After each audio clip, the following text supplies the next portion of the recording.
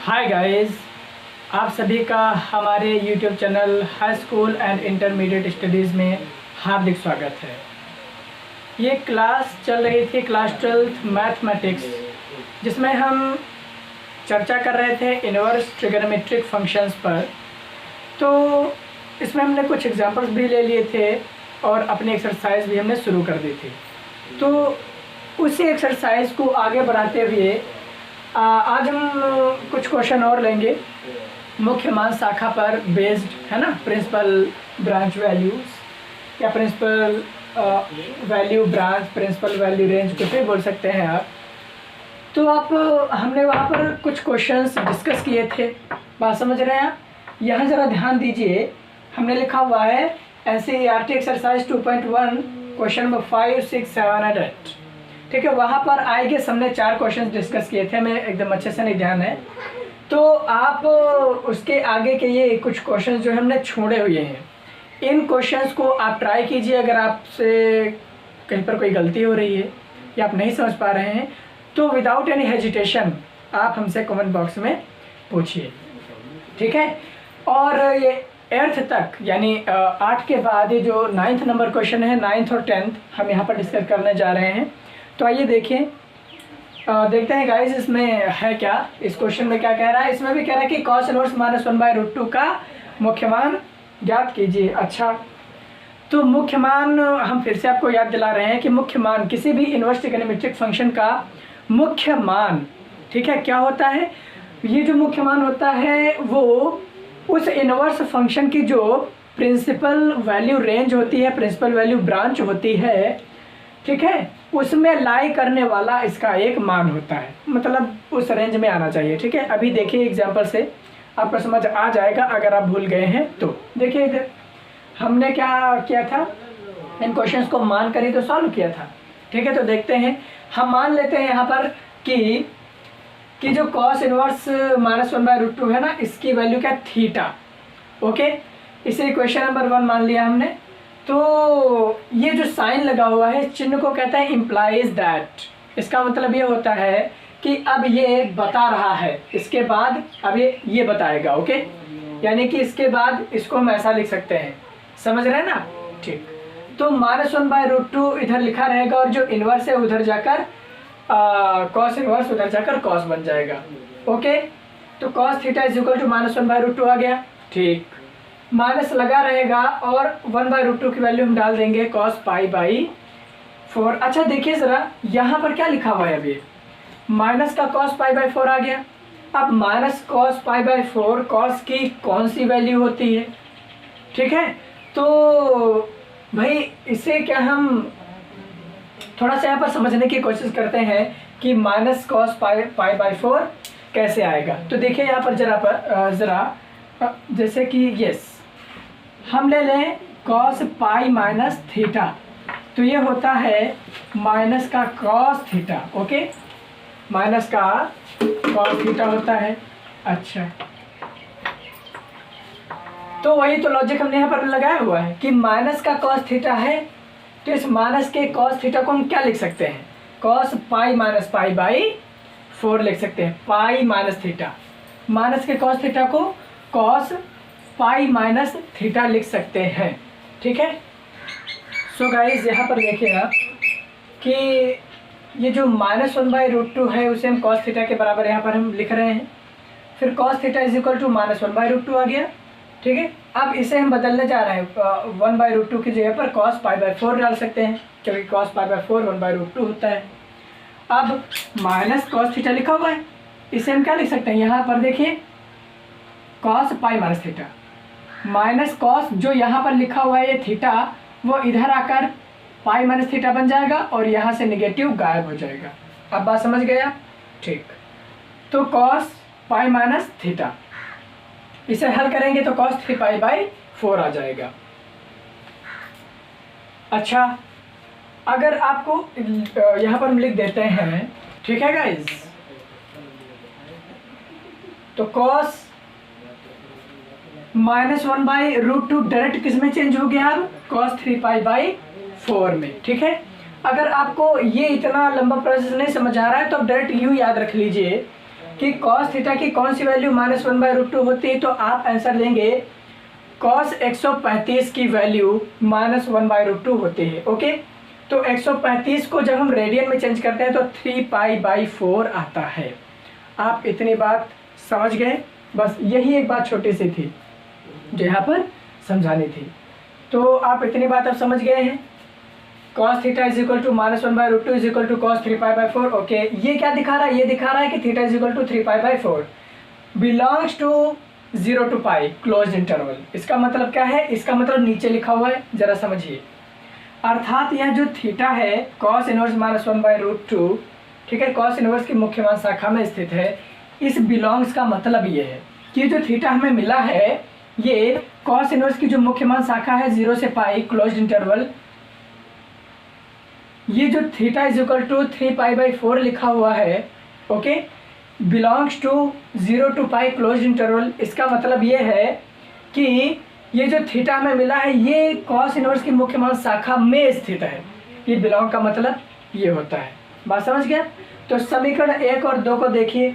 समीकरण 1 और 2 से इन दोनों को जब आप मिलाएंगे, मतलब यहाँ पर जो थीटा लिखा हुआ है, थीटा की जगह पर आप cos इनवर्स -1/√2 लिख देंगे। ओके, जब लिख देंगे तो आपको क्या मिल जाएगा, आपको मिल जाएगा cos inverse -1/√2 is equal to 3π/4। ठीक है, अब यही हमारा cos इनवर्स -1/√2 का क्या है, मुख्य मान है। So guys please take a screenshot.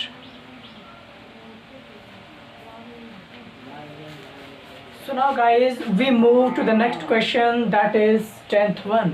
So let us see what this is. This is cosec inverse -√2. Okay, cosec inverse -√2 का हमें मुख्य मान ज्ञात करना है। इसे मान लेते हैं कि cosec inverse -√2 is equal to theta. इसे समीकरण नंबर हमने 1 नाम दे दिया। तो वही प्रोसेस की -√2 is equal to cosec theta आ गया। So cosec theta is equal to -√2 लिख सकते हैं। So cosec theta is equal to minus cosec π/4 लिख सकते हैं। जरा यहाँ पर आपके माइंड में एक डाउट जरूर आया होगा कि -√2 जो कि हम जानते हैं कि कोसेक 3π/4 की वैल्यू होती है, डायरेक्ट वो क्यों नहीं ले सकते हैं, अभी बता रहे हैं आपको क्यों नहीं ले सकते। पहले देख लीजिए, cosec theta is equal to minus cosec π/4 लिख सकते हैं। इस माइनस कोसेक π/4 को कोसेक माइनस π/4 लिख सकते हैं। कैसे? Cosec minus theta is equal to minus cosec theta होता है, यानी कि minus cosec theta is equal to cosec minus theta होता है। यहाँ पर माइनस कोसेक π/4 लिखा हुआ है तो इसे हम कोसेक माइनस π/4 लिख रहे हैं। एनी डाउट नहीं होना चाहिए। बात समझ गए आप? तो यहाँ से भैया आप देखिए कि theta is equal to minus π/4 लिखा हुआ है, इसे हमने समीकरण नंबर 2 नाम दे दिया। अच्छा, क्यों नाम दे दिया भाई हमने इसी को? ठीक है, थीटा कुछ और भी तो हो सकता था, नहीं हो सकता है, लेकिन वही जो कि कोसेक इनवर्स की principal value range, principal value branch मुख्य मान शाखा में स्थित हो, जो कि नीचे आपको दर्शाई गई है। ये मुख्य मान शाखा कोसेक इनवर्स की। ओके, तो अब आप समीकरण नंबर 1 और 2 को ध्यान से देखिए। यहाँ पर थीटा हमने माना था, इसका मुख्य मान, थीटा का मुख्य मान के रूप में हमें -π/4 मिल गया। ये ऐसा कोण है जो कि -π/2 से +π/2 -0, यानी कि जो principal value range of cosec inverse function, ठीक है, कोसेक इनवर्स की ये जो मुख्य मान शाखा है उसमें लाई करता है ये, इसीलिए यही हमारा आंसर होगा। समझ गया? तो समीकरण नंबर 1 और 2 से हमने कोसेक इनवर्स -√2 का मुख्य मान -π/4 लिख दिया। अब सुनिए जरा, आपका जो डाउट आया था यहाँ पर कि हम cosec theta is equal to -√2, यानी -√2, ये जो -√2 है हम जानते हैं कि कोसेक किसकी वैल्यू होती है, कोसेक 135 डिग्री। ओके, यानी कि ये होता है हमारा 3π/4। कोसेक 3π/4 की वैल्यू -√2 होती है। हाँ, आपकी बात एकदम सही है। हम ऐसा क्यों नहीं लिख सकते हैं? ठीक है, हम ये नहीं ले सकते हैं। क्यों? ये भैया ये चीज़, ये जो कोण है 135 डिग्री है, और यहाँ पर आप कोसेक इनवर्स की मुख्य मान शाखा में जाइए। मुख्य मान शाखा देखिए इधर, मुख्य मान शाखा -π/2 से +π/2 तक, ये क्लोज्ड ब्रैकेट, इसमें से हम जब 0 निकाल देंगे, ठीक है भैया। ये -90 लिखा हुआ है, ये +90 लिखा हुआ है, हमारा जो वैल्यू होना चाहिए वो इन दोनों के बीच होना चाहिए। ध्यान से देखिए, -π/4 लिखा हुआ है, -π/4 का मतलब होता है 45 डिग्री, वो भी नेगेटिव। तो नेगेटिव 45 डिग्री इससे ज़्यादा है लेकिन इससे कम है, यानी -45 इनके बीच आ गया। जरा ध्यान से 135 को देखिए, क्या इनके बीच आएगा? नहीं आएगा ना। इसलिए हम ये जो -√2 है, जानते हैं कि कोसेक 3π/4 की वैल्यू है, लेकिन हम 3π/4 यहाँ पर नहीं ले सकते। क्यों नहीं ले सकते? आपके सामने एक्सप्लेन किया जा चुका है। ओके, तो आप इतने बात समझ गए, ठीक है। So guys, please take a screenshot of this question.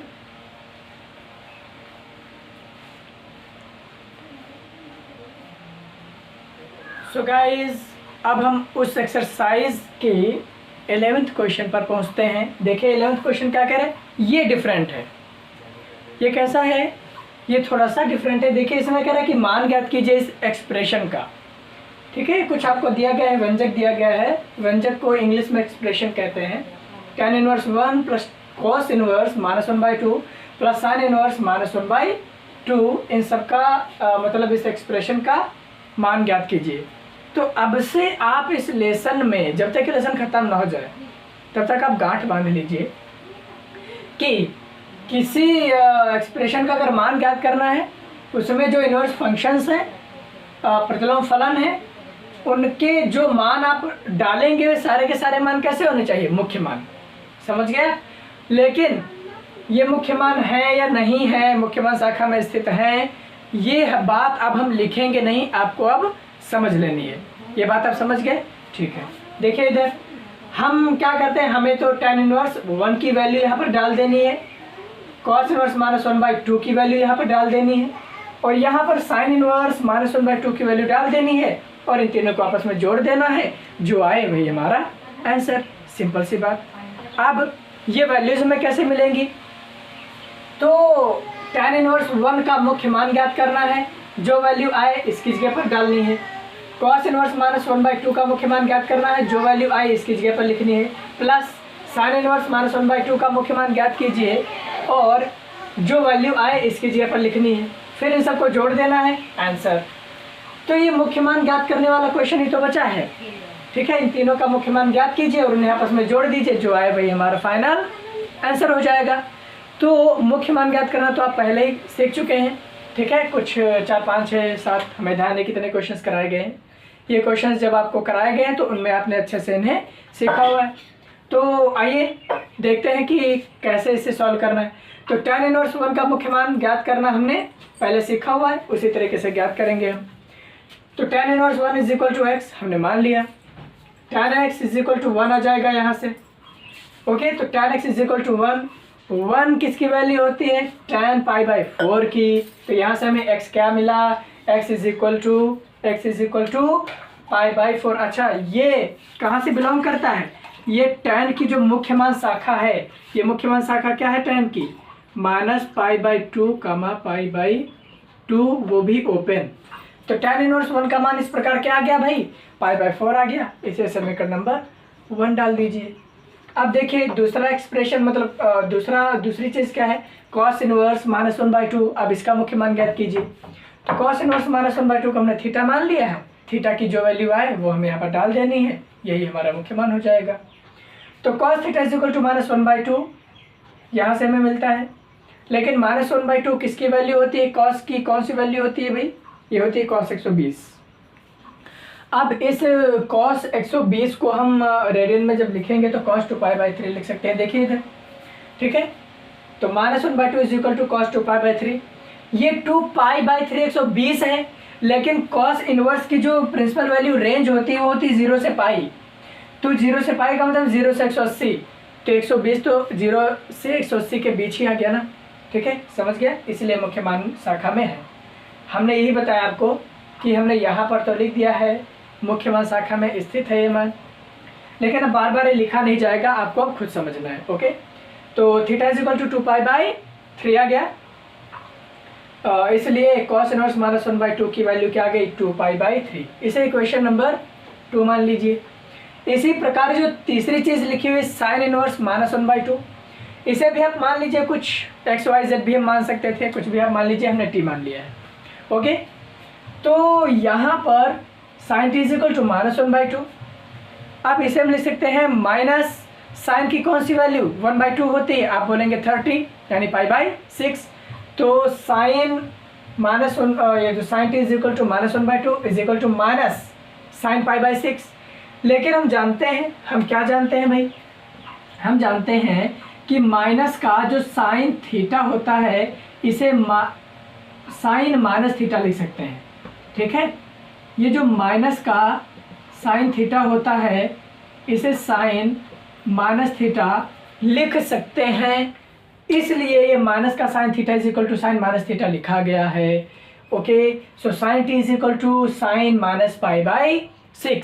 ठीक है, तो इसे हम क्यों एक्सेप्ट कर रहे हैं, इसे हम इसलिए एक्सेप्ट कर रहे हैं क्योंकि जो साइन इनवर्स की मुख्य मान शाखा होती है -π/2 से +π/2 का क्लोज्ड इंटरवल, उसमें ये वैल्यू लाई करती है। ओके, इसलिए हमने साइन इनवर्स -1/2 की वैल्यू -π/6 यहाँ पर लिख दी है। इसे इक्वेशन नंबर 3 मान लिया है। अब हम अपने वही एक्सप्रेशन पर आ जाते हैं कि हमारा व्यंजक क्या था। तो ये था हमारा व्यंजक। अब इस व्यंजक में हमने क्या तीनों की वैल्यूज को निकाल लिया है। सो ये तीनों इक्वेशंस आपके सामने हैं, हमने इन वैल्यूज को निकाल लिया है। इन वैल्यूज की जगह पर, मतलब इन चीज़ों की जगह पर, इन इनवर्स फंक्शंस की जगह पर हमें क्या डाल देना है, इनकी वैल्यूज को डाल देना है, जो कि समीकरण नंबर 1, समीकरण नंबर 2 और समीकरण नंबर 3 में हमें मिली हुई हैं। ठीक है, तो हमने डाल दी। समीकरण नंबर 1 में tan इनवर्स 1 की वैल्यू π/4, समीकरण नंबर 2 देखिए, वहाँ से cos इनवर्स -1/2 की वैल्यू 2π/3, साइन इनवर्स -1/2 की वैल्यू समीकरण 3 से देखिए माइनस का π/6। यहाँ पर आप लिख लीजिए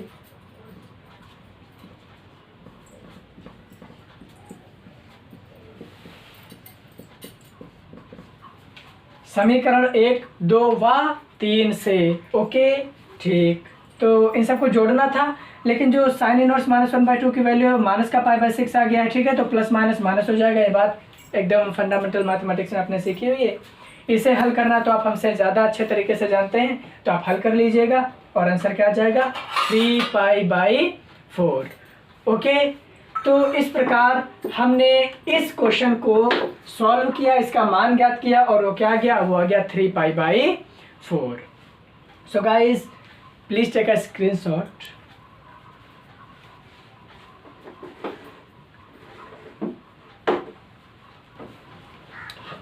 सो गाइज अब हम क्वेश्चन नंबर 12 देखते हैं। इसमें क्या दिया गया है, इसके पहले जो हमने क्वेश्चन देखा था कि मान ज्ञात करना है किसी एक्सप्रेशन का, ठीक वही एक क्वेश्चन है। यहाँ पर भी हमें इस एक्सप्रेशन का वैल्यू ही फाइंड आउट करना है। ठीक है, cos इनवर्स 1/2 + 2 साइन इनवर्स 1/2 का वैल्यू ज्ञात कीजिए, मान ज्ञात कीजिए। ओके, तो इस कंडीशन में भी आपको क्या करना है, आपको cos इनवर्स 1/2 का प्रिंसिपल वैल्यू फाइंड आउट करना है, यानी मुख्य मान ज्ञात करना है, और साइन इनवर्स 1/2 का मुख्य मान ज्ञात करना है, और इनकी जगह पर इनका मान डाल दीजिए, हल कर लीजिए, आपका आंसर आ जाएगा। ठीक है, तो देखिए जरा यहाँ पर क्या क्या गया है कि cos इनवर्स 1/2 को थीटा मान लिया गया है। ये सॉल्यूशन लिखा हुआ है, SOL ऊपर n लिखा हुआ है। ठीक है, सॉल्यूशन ऐसे शॉर्ट में हमने लिख दिया। तो माना cos inverse 1/2 is equal to theta. Okay, अब हम क्या करेंगे कि cos theta is equal to 1/2, इसका मतलब ये तो हुआ ना कि cos theta is equal to 1/2। cos की कौन सी वैल्यू 1/2 होती है, तो हम जानते हैं कि दिस इज cos π/3, मतलब cos 60। ओके, 60 को हमने रेडियन में लिखा हुआ है। तो cos theta is equal to cos π/3। So यहाँ से थीटा क्या निकलेगा π/3। ठीक है, इसका क्या मतलब है भाई, इसका मतलब ये है कि जो π/3 है वो 0 से पाई के बीच आता है, ये बिलोंग्स टू का साइन है। ठीक है, सेट थ्योरी में आपको क्लास 11th में पढ़ाया जाएगा, मतलब पढ़ाया गया होगा, या फिर हम अभी जब बात करेंगे तो आपके समझ आएगा। cos इनवर्स 1/2 की वैल्यू, cos इनवर्स 1/2, देखिए इधर थीटा इज इक्वल टू π/3 आया है, लेकिन हमने थीटा माना किसे था, cos इनवर्स 1/2। ओके, इसलिए यहाँ पर cos inverse 1/2 is equal to π/3 लिख दिया गया है।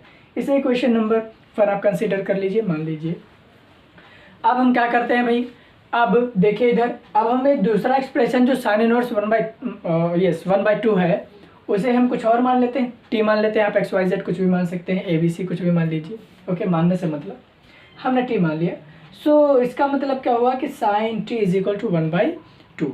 अब साइन की कौन सी वैल्यू 1/2 होती है, तो साइन π/6 यानी कि 6×18 साइन 30 की वैल्यू होती है 1/2। बहुत अच्छे से हम लोग जानते हैं, उसे हमने रेडियन में लिखा हुआ है।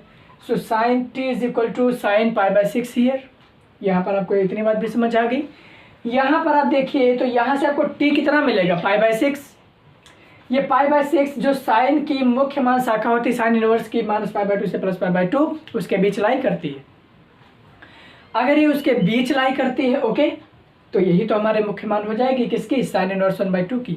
इसीलिए तो साइन इनवर्स 1/2 का मान कितना आ गया, π/6। ठीक है, क्योंकि t बराबर π/6 आया है और t को हमने क्या माना हुआ है, साइन इनवर्स 1/2। ओके, तो अब ये समीकरण नंबर 2 आप मान लीजिए। अब अपने एक्सप्रेशन पर चले जाइए कि एक्सप्रेशन में आपको क्या दिया गया भाई, यहाँ पर तो केवल 2 चीज़ें दी गई थी, कॉस इनवर्स 1/2, साइन इनवर्स 1/2। इन दोनों की वैल्यूज को फाइंड आउट कर लीजिए, यहाँ पर मान डाल दीजिए, आंसर। ओके, सॉल्व भी करना होता है। तो वही एक्सप्रेशन में यहाँ पर फिर से लिखते हैं, हमने लिख लिया। यहाँ पर हम समीकरण नंबर 1 और 2 ओके से इन दोनों की वैल्यूज को डाल देते हैं, यहाँ पर सॉल्व कर लेते हैं, आंसर आ जाएगा। तो कॉस इनवर्स 1/2 की वैल्यू समीकरण 1 से π/3, साइन इनवर्स 1/2 की वैल्यू समीकरण 2 से π/6। लेकिन क्वेश्चन में 2 इंटू साइन इनवर्स 1/2 दिया गया है, तो यहाँ पर आप साइन इनवर्स 1/2 की जगह पर π/6 लिखेंगे, साथ ही साथ उसे 2 से गुणा कर देंगे, मल्टीप्लाई कर देंगे। तो आप इसे सॉल्व कर लीजिएगा तो 2π/3 आ जाएगा। ठीक है, तो गाइज इस क्वेश्चन का सॉल्यूशन ये है। So please take a screenshot.